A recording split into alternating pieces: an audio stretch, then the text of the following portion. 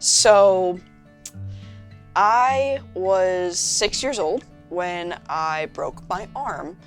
It wasn't a spectacular break or anything like that. You couldn't even really tell that it was broken, other than the fact that I was in immense pain.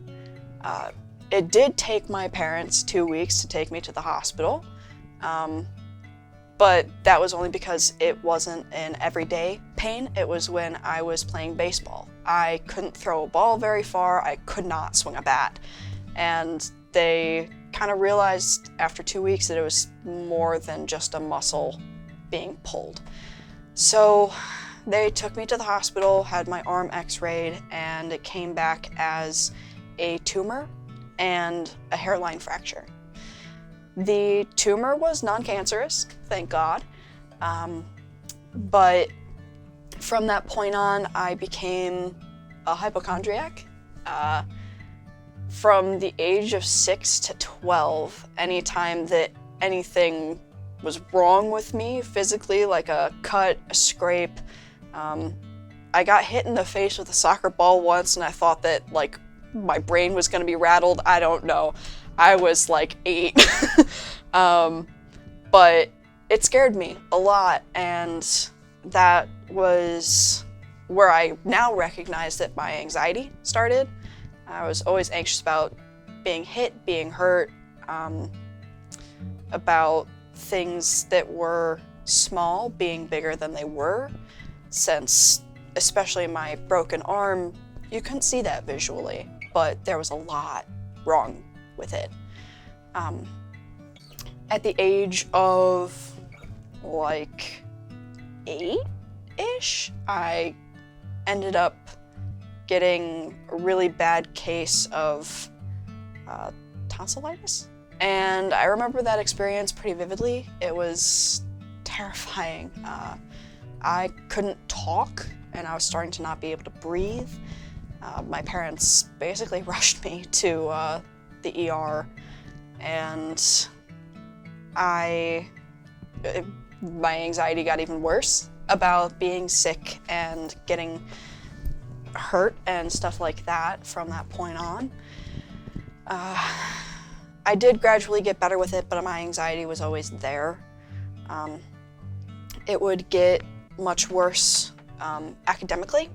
I put kind of all of my value and worth into school and my grades, which wasn't awful because I did really well academically, fortunately for me. I remember the 8th grade, I was convinced that I was failing tech class. Like, I went home. I didn't even go home. I was at school. I called my mom to let her know, like a week before grades were going home, sobbing, I think I'm failing technology. I had an 85. So I overreact quickly and underestimate myself a lot. And I've done that since middle school. I had a best friend in high school, as I mentioned before, who was depressed and anxious and had a lot going on. I was committed to making sure that he was okay. My anxiety played in there too, not that I knew what it was. Anytime that he didn't show up to school or came late for the entire time that he wasn't there, I would basically be picturing his funeral. That was a lot for a 14-year-old to handle. I also kind of lost my entire friend group that year, so that friend was the only person that I had. So it meant a lot more to me that they were okay than it probably would have otherwise. The 10th grade is where that relationship finally ended, and it didn't end great. We kind of made amends and it was okay, but we never really recovered from it. I got a new friend group in summer of 10th grade, and that was an interesting experience for me. I had been so down and out and depressed that summer, and my Oma, my mom's mom, she recommended that I join the youth group at her church. Now, me being an atheist, heard that and thought, why? But my Oma did convince me to go, and as I was expecting, there was a lot of religion going on there, but nobody else there was taking it seriously either. Everybody was about my age or a few years younger or older, and none of them were particularly religious either, and the ones who were very calm about it, which I wasn't used to. Not to say that there are any horribly religious people in my life, but I have really, really good experiences with people who are religious, and it was weird looking back on that to think that I had such a negative view of religion when everybody around me had been so nice. But I think I had seen a little bit too much news and TV shows where religion was bad, in my view. So it surprised me that I made as many friends there as I did, and it was a really healing place for me to be. I never did pick up the religious part of it, but I made a lot of friends, and my closest friend from there, it's weird to me to think that they could see this because I never told them, but it was very obvious that I had a horrible crush on them, and she was straight, so I was out of luck, and that was hard for me. I remained friends with them until senior year of high school, and our relationship kind of started to grow distant, and that's where my depression kicked in really horribly. I didn't know how to deal with it because I couldn't tell her that I liked her so much, and I had to react to the dissolving friendship as just a regular friendship type thing, but that wasn't what it was for me. So I didn't feel like I could tell her about it, and if I did, I'd just drive her away faster, and it was just not a good time. And I had in my mind, my significant goodbye with her the night of a Christmas pageant that I was involved in. I gave her a much longer hug than usual that night, knowing that that was kind of the end. And I went and I cried for like 10 minutes before realizing that my parents were expecting me back home, and that if I was any later, they'd probably get worried about me. So I went home and I sat with my family, who are all in good spirits, and I was just sad. And that feeling of being that sad around people that were happy, it still gets me. Not that my family was being malicious, they didn't mean to hurt me or anything, they didn't. But it was a very lonely feeling. And it was, I think, a couple days after that I told my mom that I wanted to go to therapy. And I had been getting worse gradually throughout the year, and she was on board. I was able to go to counseling during the school day, actually. I had a study hall for 45 minutes before lunch started, which was a half hour, so I had a full hour in which to leave the school and go to therapy. We worked on my anxiety there a lot. We did address the fact that I had a tendency for depression, but we didn't really call it that, and definitely didn't diagnose it professionally. She gave me a lot of coping skills and mechanisms in order to combat my anxiety. She pointed me towards things that I could do with my hands. Not that we had them at the time, but currently I have like fidget cubes, fidget spinners.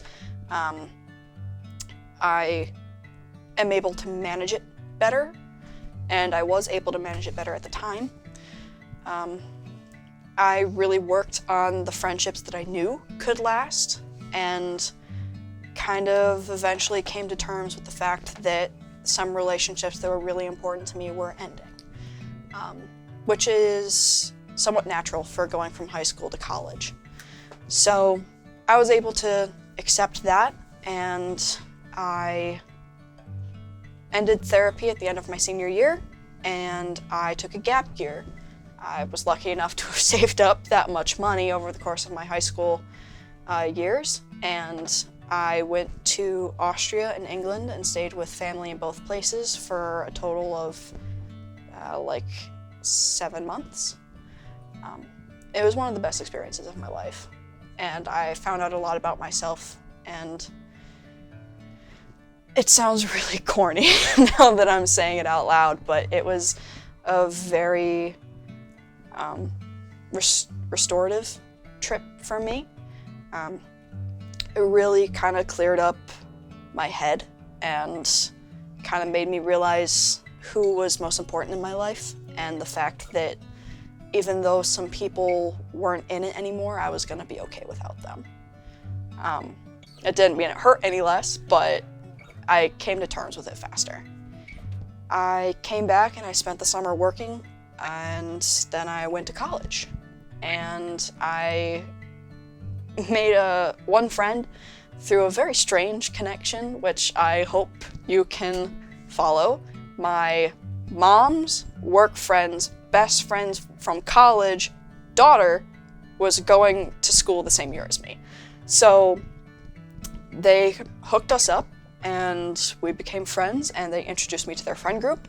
And I found another friend and a friend in their roommate as well. I didn't have the best living situation my first year of college to start with. Not that I dislike my roommates or anything, they're very good people, and I'm actually in a program with them right now. But we weren't the best fit for each other, so I ended up moving out and moving in across the hall from my two new best friends. And I spent a lot of time with them. It was a really great experience. Unfortunately, someone that lived in the hall, she took a liking to me, and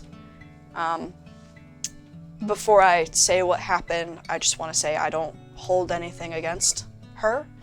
I know that what she did was a mistake. It's a bad mistake that's hurt me a lot, and I've gone through a lot because of it, but I know that she didn't mean to hurt me, and that I do hope the best for her. She was someone that I got to know on the hall. I expressed brief and mild interest in her. I did find her attractive. And there was a night where she was in the room with my friends and I, and it ended up being the two of us and one of my friends facing the opposite direction doing homework, and she assaulted me. It wasn't anything severe. The worst part was when I tried to get away and went to the bathroom, and she followed me and watched me over the top of a stall. That really messed with me, and I didn't realize it actually until a year later. I joked about it with friends at the time because that was the way I cope by humor. I didn't realize how bad it was until the next year when I saw her again after having spent the summer at home, and I just went cold. I went numb. All I remember is an overwhelming sense of panic and wanting to run. And I saw her on campus quite often, because it's not the biggest campus. And each time I did, I would freeze for a few seconds, and then I would leave as quickly as I could. So I started getting depressed. I stayed in almost all the time, except for food and classes, or to be at my friend's place. And that was difficult as well. She lived in the same building as them, and her friends lived 2 doors down, so she was right there all the time. I sought help through Title IX office, and it ended up working out well for me. She has since left the campus, not through any legal reasons, just personal. But I remember the fall semester that happened. It was a very bad time for my depression. I had one day in particular where I knew that I should go see a friend rather than go off on my own, but my friend was babysitting a kid at the dorms, and I didn't want to be around the kid like that. So I was walking out to my car and I felt like crap, and I just had the line, "Everyone would be better off without me," run through my head, and I was so scared. I wouldn't have considered myself suicidal. I have never wanted to die.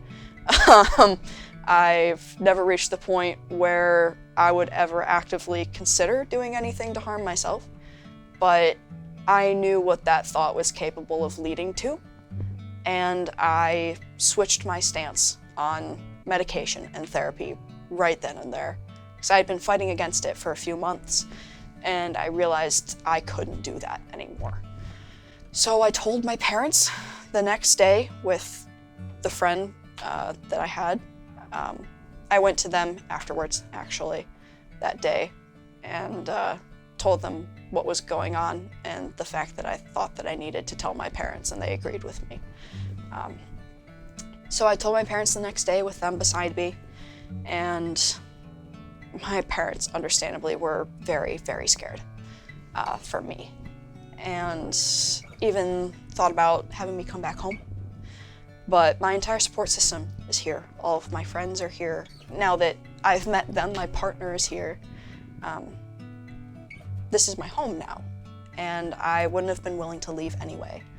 So we found a therapist up here who didn't fit me very well, and that's something that I find important for other people to know, is that the first therapist you go to might not always be someone that fits with you or what you need in terms of a therapy style. And my first therapist, they didn't fit with me. So I went home over the winter break and found a therapist at home that I liked, which I thought was gonna be an issue because I can't drive 5.5 hours every week to go see a therapist. However, there's an online HIPAA-approved service for video therapy, so I've been able to keep that therapist, and it's been working very well for me. I have been able to medicate my depression. I have anxiety medication, but I haven't needed it since the person who assaulted me moved off campus, moved back home. And I've been finding that my symptoms are less. The thing that was most difficult for me was coming to terms with my status as a transgender man. I never really knew how to view my gender. I just always kept what I was born with because it seemed easiest, and I didn't really know that I could be anything else. I mean, I obviously knew about being trans and non-binary, but I never felt like that was me, so I pushed it away as much as I could. Through my teen years, I would search my feelings every once in a while, and it would always pop up transgender. I had so much internalized transphobia that I just threw all of it out. I didn't want to hear that word applied to me. And that's been a difficult thing to come to terms with, especially since I am supportive of other transgender people and them being themselves. And I find it difficult to wrap my brain around the fact that I wasn't willing to accept that for myself. But I started to realize that about March of last year. I had my partner at that time. I had met them November of 2018. They are non-binary, and it's been really hard for me to get a hold of their pronouns, which are they, them, which I've berated myself for constantly.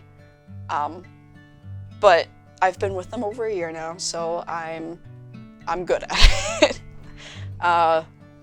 The way that I started to figure out my own trans status was my partner and I got a strap on, and I ended up just kind of like wearing it out, and I was really comfortable with it, and I didn't want to take it off. And my partner was just like, you know, you can be non-binary and stuff like that. And I was like, no, I'm me. I don't need a label for what I am. I don't really want to go through this right now. But I kind of had no choice at that point. So I started looking around, researching, again, for real this time. And at first, I felt most comfortable in non-binary. I had a lot of internalized transphobia to overcome, and I wasn't at the point where I could claim I was a trans man yet. So I started doing things to decrease the size of my chest. I got a couple Packers, and I slowly started to recognize the fact that I have gender dysphoria. I've always had gender dysphoria. I just never gave it the light of day, and I was finally giving it, I was just finally realizing what had been there, giving it a name. And once that happened, I kind of just went along with it. I've had a lot of nights where I cry over the size of my chest. I've had a lot of nights where I cried over the fact that I didn't want to be trans. I even wrote an entire memoir for my memoir class about it, in which I very specifically have the line, "I know I'm not trans." Hi, past me, you're wrong. I came out to my parents as non-binary. My mom was really good with it. She struggled with the they, them pretty much solely for grammatical purposes. My dad, not so on board. He still loves me unconditionally. Just in case he ever sees this, which he probably will. I love my dad. He's amazing. It was just a little bit harder for the in-between, I guess. It took a couple months for me to come to terms with the fact that I am trans. And that realization was easier for me to come to with my partner. Helping me out, giving me the correct resources, making sure I stayed physically healthy. Like I mentioned before, I would have gone about it wrong if I didn't have the correct people in my life. They helped me find healthy ways to express my gender. They helped me find healthy ways to explore it. I got the correct physical equipment to be able to bind with so that I don't damage myself, which is very easy to do, actually. I came out to my family as trans a few months after I came out as non-binary, and my dad was on board just like that. My mom was also on board, and my grandparents have been amazingly supportive. They struggle with pronouns sometimes, but that's okay, I expected it. They love and respect me, and they are doing their absolute best, and I'm actually surprised by how well everyone's been doing. All of my friends have been remarkably supportive, as I knew they all would be since most of them are LGBTQ themselves. I went to Planned Parenthood quite a few times to talk to them about maybe starting testosterone, and going through the entire process of having my blood drawn, the testosterone approved, getting all of the warnings and all of the information about testosterone, what it does to your body, what we don't know about it so far. And they've been a wonderful resource for me. And I started testosterone in December. It's currently the middle of January. I already am noticing some changes, and they're making me really happy. My voice in particular has already gotten a little bit deeper, not too noticeably, but I've noticed it, and it really helps to decrease the amount of gender dysphoria I feel on a daily basis. And I do still have my depression and anxiety. I take depression medication. I take sleep medication, since I still cannot sleep on my own like a normal human being. And I have my testosterone shots. I have all the resources that I need currently to be able to go through what I'm going through, and I'm very, very fortunate that I have the partner that I have. They have supported me 100% in everything. They are my first line of defense, and they're the person that makes me feel most confident, accepted, and understood. They've just been amazing. I couldn't have asked for anyone better to help me through everything. So, I think for the most part, that's everything for me. It's a lot.